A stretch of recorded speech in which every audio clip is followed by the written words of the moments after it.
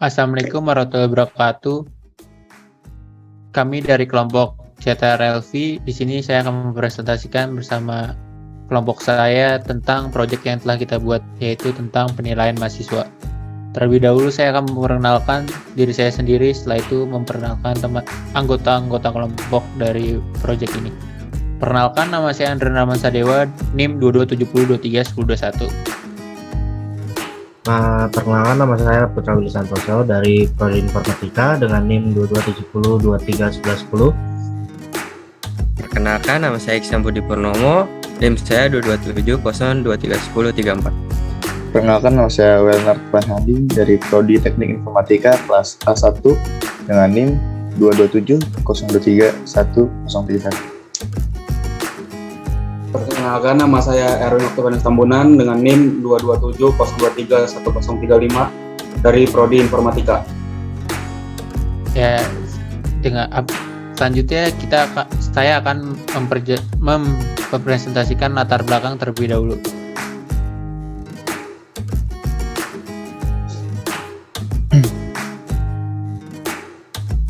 Program perhitungan nilai ini merupakan sebuah sistem untuk menghitung nilai. Penilaian sangat berpengaruh pada syarat kelulusan sesuai akademik pada perguruan tinggi. Jika salah satu nilai kurang dari standar, maka proses penilaian akan berpengaruh pada mahasiswa. Perkembangan teknologi yang begitu pesat saat ini, informasi semakin dibutuhkan karena mahasiswa tidak terlalu tahu tentang informasi di bidang akademik maupun penilaian mahasiswa. Penilaian tersebut disimpan dalam input pemrograman pada setiap mata kuliah. Karena masih manual dan masih sering salah memasukkan nilai, dengan adanya program ini maka akan mempermudah perhitungan nilai mahasiswa agar lebih efektif dan efisien sehingga mempercepat pekerjaan apapun. Dalam pengambilan tema program nilai mahasiswa dikarenakan ingin mempercepat pekerjaan. Adapun alasan pengambilan tema program nilai mahasiswa dikarenakan ingin mempermudah, mempercepat dan meminimalisirkan kesalahan perhitungan pada mahasiswa. Kemudian ada ruang lingkupnya. Ruang lingkup itu, program ini dapat berguna untuk menghitung nilai akhir perguruan tinggi untuk mahasiswa dan juga sekolah untuk siswa.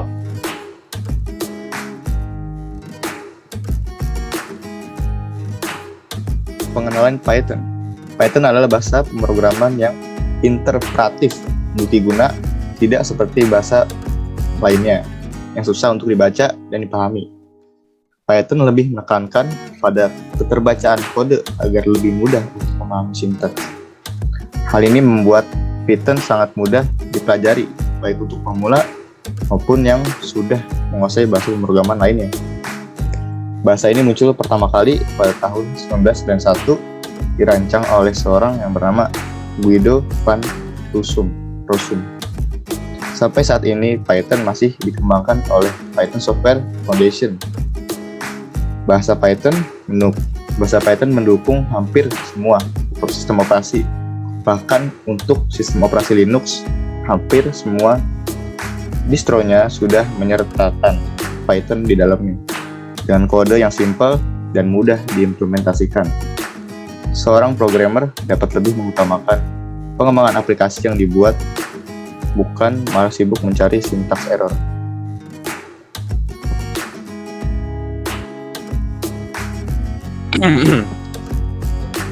Pengenalan Visual Studio Code. VS Code adalah editor kode sumber ringan, namun kuat, yang berjalan di desktop dan tersedia untuk Windows, macOS, dan Linux.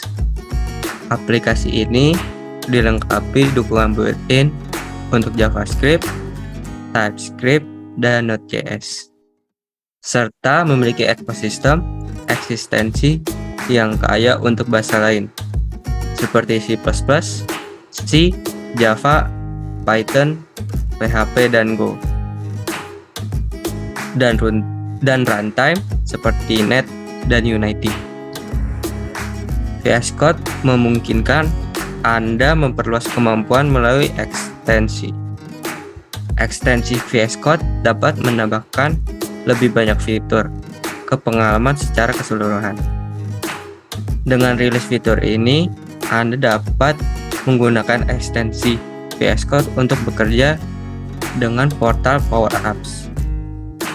Power Platform Tools menambahkan kemampuan untuk mengkonfigurasi portal menggunakan VS Code dan menggunakan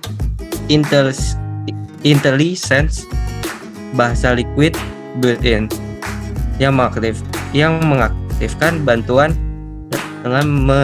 dengan penyelesaian kode, asistensi dan petunjuk yang menyelesaikan antarmuka. Portal menggunakan VS Code. Menggunakan ekstensi VS Code, Anda dapat mengkonfigurasi portal melalui dukungan portal. Untuk Microsoft Power Platform CLI,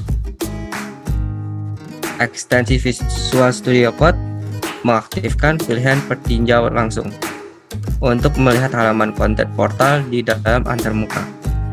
Visual Studio Code selama pengalaman pengembangan, fitur pertinjau mengharuskan file lain juga terbuka di sesi VS Code yang sama yang merupakan markup HTML agar pertinjau ditampilkan. Contohnya, jika hanya file HTML yang dibuka tanpa struktur folder yang dibuka menggunakan VS Code, Anda akan melihat tulisan berikut. Selanjutnya saya akan menjelaskan project yang telah kita selesaikan. Sebelumnya saya ingin memberitahu kalau program yang kita buat ini terinspirasi dari Simak untuk yang kita gunakan sehari-hari dalam melihat nilai, jadwal, ataupun pembayaran. Dan yang kali ini saya ambil di sini adalah khusus untuk penilaiannya aja, dimana nanti akan ada nilai UTS. Ini nilai UTS ini ada berapa nih tuh, 2, 3, 4, 5, 6, 7, 8, 3, ada 7 mata kuliah yang sedang kita jalani, dan di sini nilai UAS juga ada 7. Terus tolong scroll lagi ke bawah. Di sini juga ada nilai tugas dari ke-7 mata kuliah yang kita jalani. Dan ya, di sini adalah dictionary yang berisi untuk fungsi login. Ini berfungsi untuk fungsi login, dimana user 1 sebagai user dan NIM 1 sebagai passwordnya. Di sini ada 5 user, yang berarti di sini berisikan dari kelima nama anggota kami, dan nilai dari user 1 dan user 2 itu berbeda satu sama lainnya. Jadi kita bisa melihat nilai yang sama di nilai yang berbeda di setiap user, seperti saat kita mengakses Simak Unkris. Ya, lanjut. Nah, di sini kita pakai looping for E in range. Ini kenapa saya jelaskan, karena ini akan mengulang misalnya username yang tadi saya bilang, kalau user 1 itu sebagai username, jika username-nya itu salah maka akan mengulang terus sampai 3 kali. Dan jika gagal jika gagal memasukkan passwordnya, maka yang akan terjadi adalah scroll, tolong paling bawah. Nah, maka di sini akan muncul tulisan username atau password salah. Silakan coba lagi dan program akan berhenti. Di sini jika pakai breaking if username in mahasiswa dalam name sama dengan password. Di sini 5 user yang berbeda. Kali ini saya akan menjelaskan salah satu user yang akan saya jelaskan. Tolong dibuka user 1.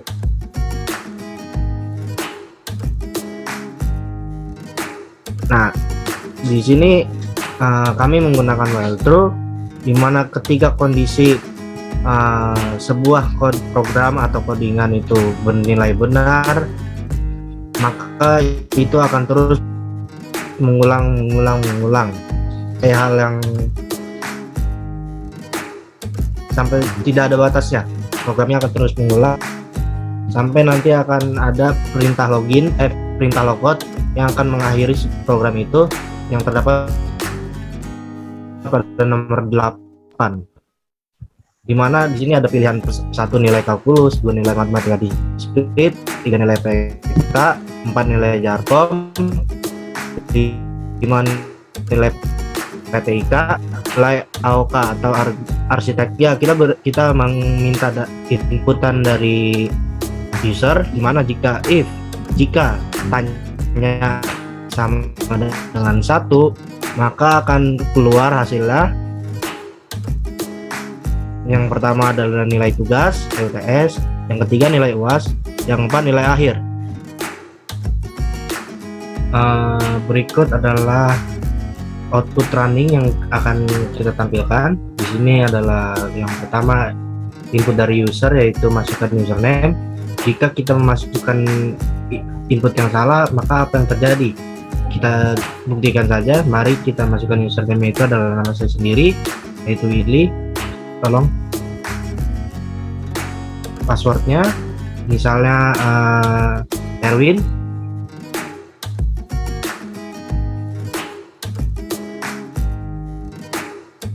Nah, maka yang terjadi adalah seperti ini, username atau password salah.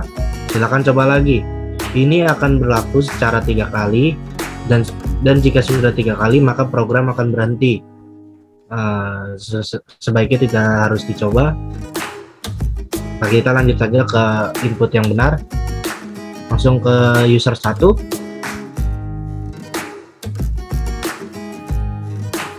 NIM 1. Nah, ini yang tampilannya itu seperti yang saya sudah jelaskan di source code tadi. Itu adalah ada nilai kalkulus, ada nilai matematika diskrit, ada nilai PK, Jarkom, PTIK, algoritma dasar, dan AOK. Jika kita ingin melihat nilai nomor 2, silakan.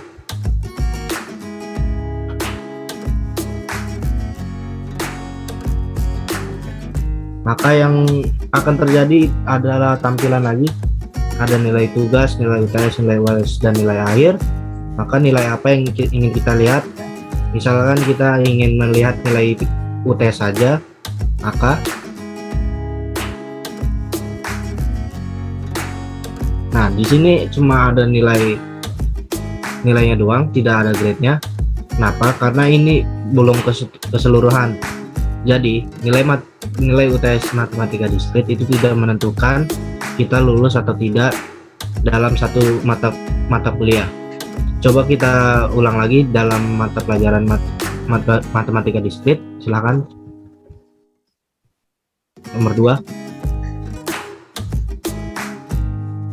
Nah, untuk menampilkan grade kita lulus atau tidak, maka kita harus memasukkan nilai 4.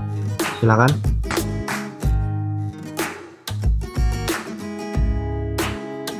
Nah, sesuai dengan hitung-hitungan tadi, akhir X kali 30 dan plus Y kali 35% plus Z kali 35%, maka hasilnya kita lakukan pengkondisian yang sudah saya jelaskan lagi, dan hasil yang ada adalah 83,3, dan itu sesuai dengan apa yang ada di source code. Coba tolong source code-nya di scroll ke pengkondisian nilai. Nah, stop. Nah, di sini di outputnya itu adalah B+. Kita lihat di dalam pengkondisian di source code itu else if akhir lebih besar atau sama dengan 81 dan lebih kecil atau sama dengan 85, maka nilainya adalah B+, sesuai dengan apa yang di output yang ditampilkan. Coba kita samakan ya nilai matematika diskrit itu dengan user yang lain. Silakan di logout dulu, Mas Isan. Nomor 8. Running lagi.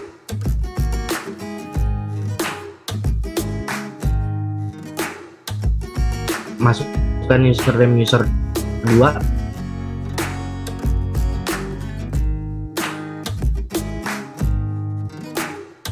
min 2. Langsung saja kita ke matematika diskrit. Nilai akhir.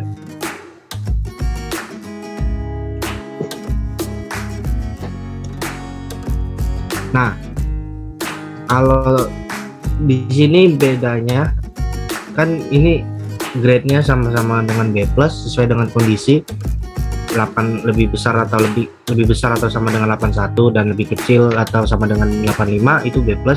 Tapi yang berbeda adalah di sini nilainya. Kalau tadi di user 1 nilai akhirnya ada 83,5, di sini ada nilai akhirnya 82,35. Kenapa? Karena indeksnya itu berbeda. Karena di user 2 itu indeksnya indeks 1 yang secara otomatis mengambil nilai list yang kedua gitu. Coba kita cek lagi. Nah, di sini nih.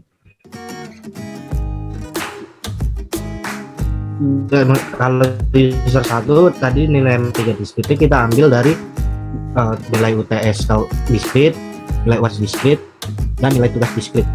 Indeks untuk user 1 kita pakai indeks 0, yang diambil adalah list yang pertama yaitu 85 dikali 30%, terus 81 dikali 35%, dan tugasnya 84 dikali 30% gitu. Dan sedangkan untuk nilai dari Mas Ihsan ini kita pakai indeks pertama yaitu list yang berada di urutan kedua, di mana nilai UTS-nya itu ada 86 dan nilai UAS-nya 79 dan nilai tugasnya 82 gitu. Coba kita cek di loka dulu, kita cek lagi nilai yang lain. Masuk user 3.